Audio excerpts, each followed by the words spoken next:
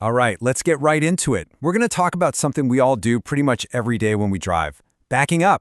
Now, it sounds so simple, right? But you'd be surprised how often it leads to fender benders or worse. So today, we're going to break down exactly how to reverse with total 360-degree awareness, turning what can be a really risky move into something you do safely every single time. And this quote right here, this gets to the very heart of the problem. This comes from official driving safety guides, and I want you to notice that word, always. It doesn't say sometimes dangerous or can be dangerous. No, it's always dangerous. Why? Because you just can't see as well behind you.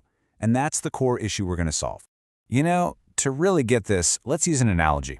Imagine you're at a party, it's crowded, and for some reason, you have to walk backward across the room.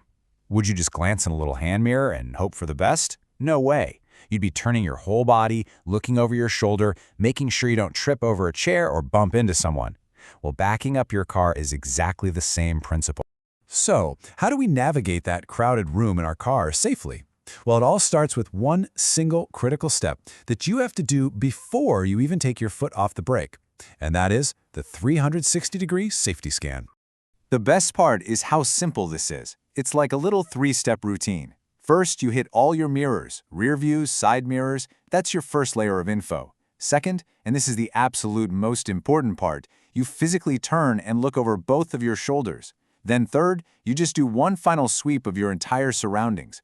You're looking for anything, people, other cars, a kid's bike, anything. And that's why this physical head turn is your superpower when backing up. Seriously. Your mirrors, they have huge blind spots, and even that fancy backup camera can't see everything. It gives you a fisheye view that can distort distances. But that simple act of turning your head, that gives you the real, unfiltered picture of what's actually back there. It is the one thing you absolutely cannot skip. Okay, so we've done our scan. The coast is clear. Now let's talk about the actual maneuver.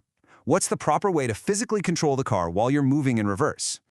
This right here really lays it out. It is so tempting to just stare at that little TV screen on your dashboard, isn't it? But the proper and safest technique is to go old school. You turn your body and you look directly out your rear window.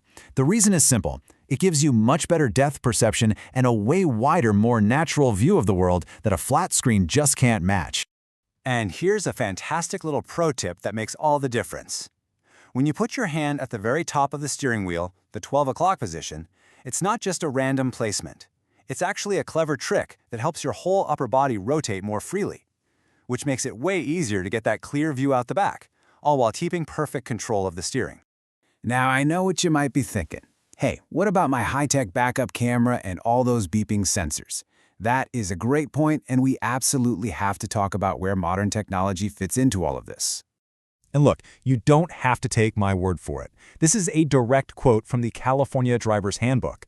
All that cool tech in your car, think of it as a helpful assistant, not the pilot.